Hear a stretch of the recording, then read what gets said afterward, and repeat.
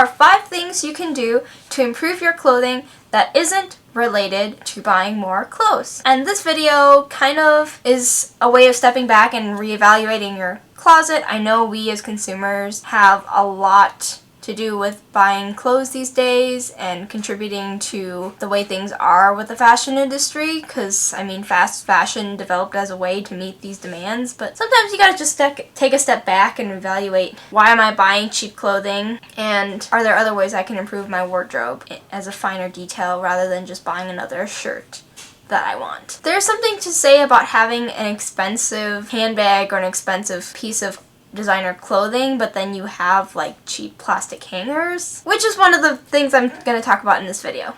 But there's something to be said about like improving your wardrobe in a way that's not related to clothing, because you can always have more clothes, but you only have one wardrobe, and how do you make that better? Let's talk about number 1, which is the steamer. And this is great for people who have a lot of natural fabrics, and specifically I'm talking about like silk and linen. This is the stuff that I use the steamer for the most.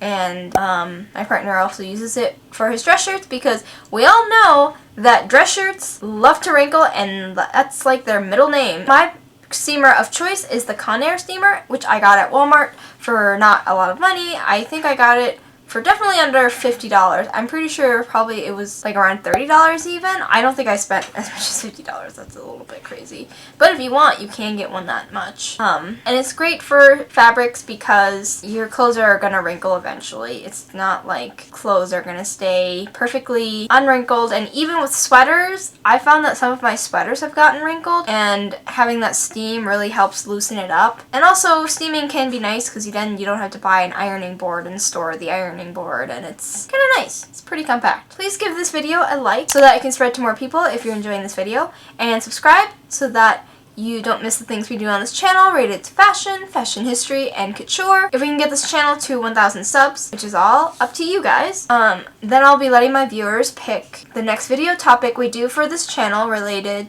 to fashion. And this is my way of thanking y'all for supporting this channel and the content we provide. Number 2, I already prefaced this, but hangers.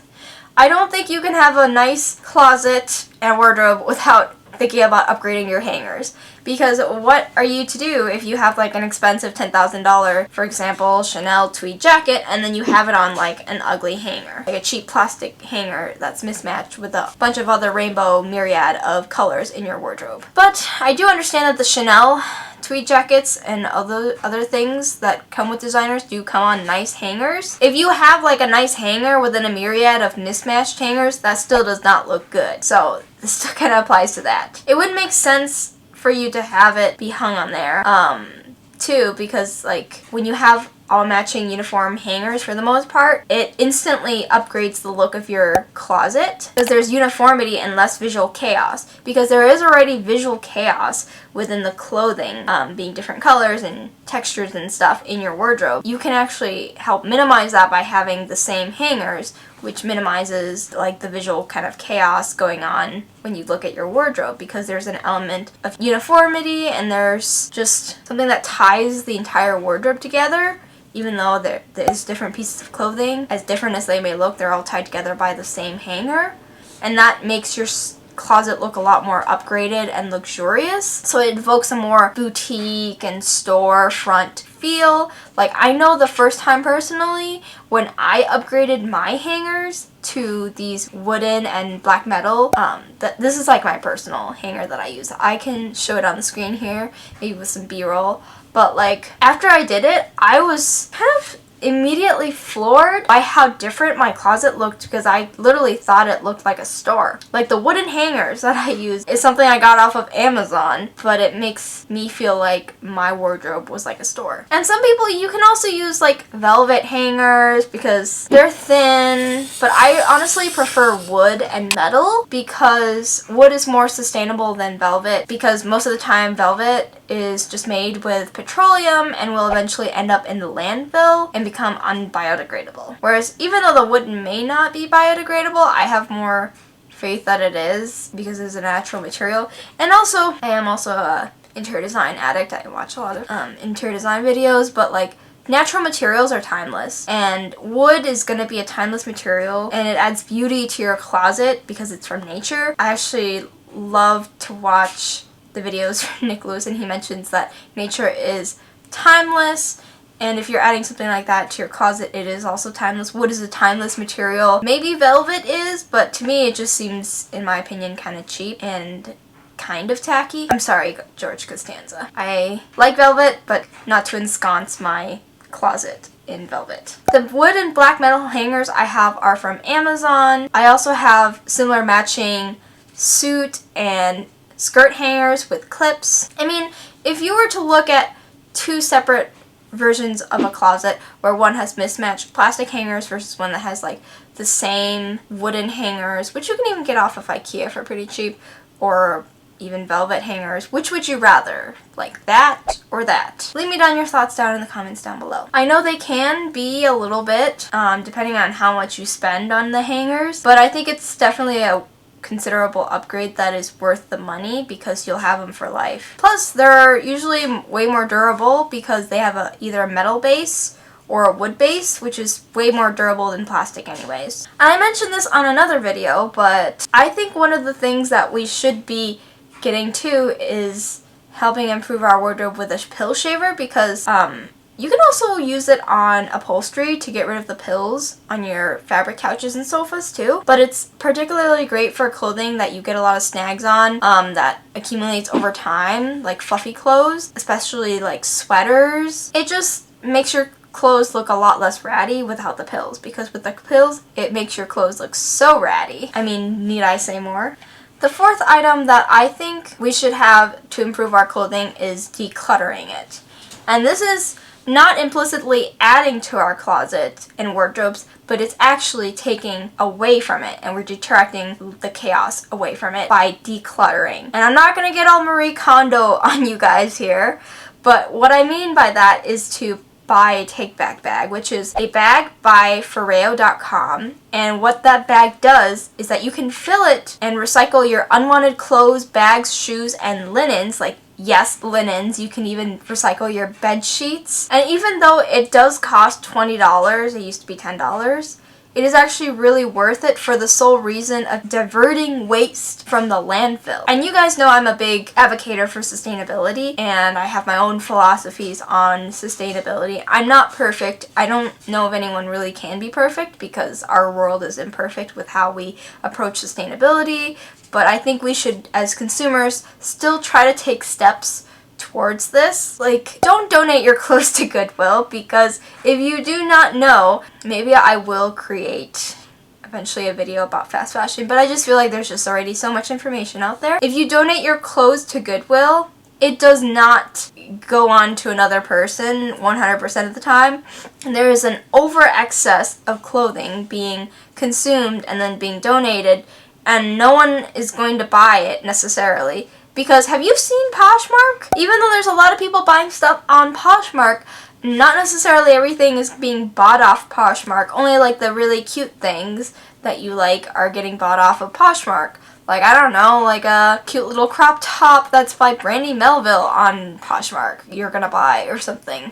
If you're not gonna buy someone's like old $2 tank top, I don't know. Maybe you are the kind of girl who does that. I'm not judging.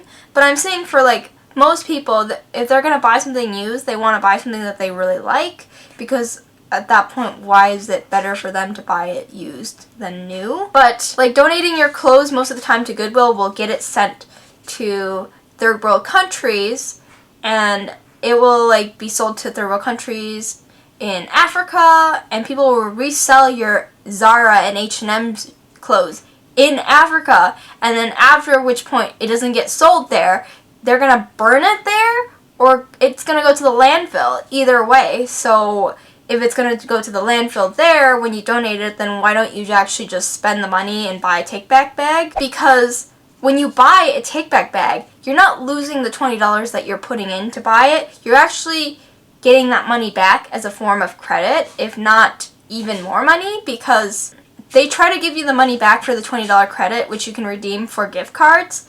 I recently got over $90 worth of Sephora gift cards, even though I only spent like $40 in take-back bags. And the reason why is because that they will double the amount you contribute in buying take-back bags. So for example, if I spend $20 for one take-back bag, they will give me $40 in credit in my account that I can use to redeem for gift cards or coupons to brands, various brands. They like change it out and the retailers are always changing, so I always try to like keep an eye out, and there's like a newsletter you can sign up for via text to get that. And I swear I'm not sponsored. I'm like a micro channel at the moment.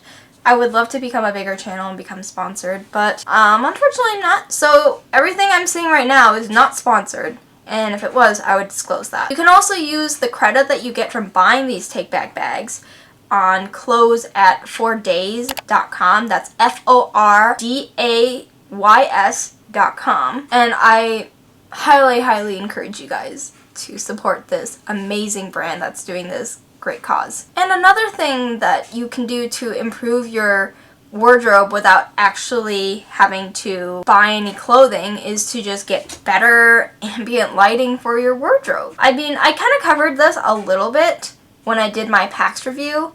I made a video about the IKEA PAX wardrobe that I got. Check it out. It's on my channel from a couple weeks ago. And I actually added ambient lighting to the top of my wardrobe with an LED strip that is motion censored. Well, they call it motion censored, but if you leave the door open, it actually stays on. But if you close the door, then it turns off. I think it's motion censored, but it's also only turns off when you cover the lights, the sensor fully. So it's activated probably by darkness. The idea applies that if you add ambient lighting for your wardrobe or even mirror lighting for your jewelry, it helps your wardrobe look a lot more classy and beautiful. And that's personally something that I've done with some lights that I did around my mirror in my IKEA packs too. And it just looks way better than if it didn't have that. So I really hope that you guys will take this tip to heart and try it out for yourself and let me know what you think down in the comments down below. If you guys found this video helpful, please give this video a like so that it can spread to more people, because likes are free. And by liking this video, you'll be helping it spread to more people, letting the algorithm know that, hey, people should check this video out for these tips. And if you're enjoying the content we're doing now, subscribe so you don't miss the things we do on this channel related to fashion, fashion history, and couture. When this channel reaches 1,000 subs, I will be letting my subscribers pick what kind of video topic we're doing on this channel that's fashion related. And this is my way of giving back and thanking my subscribers for being around, because y'all are awesome. And until next time, I'll see you guys later. Bye!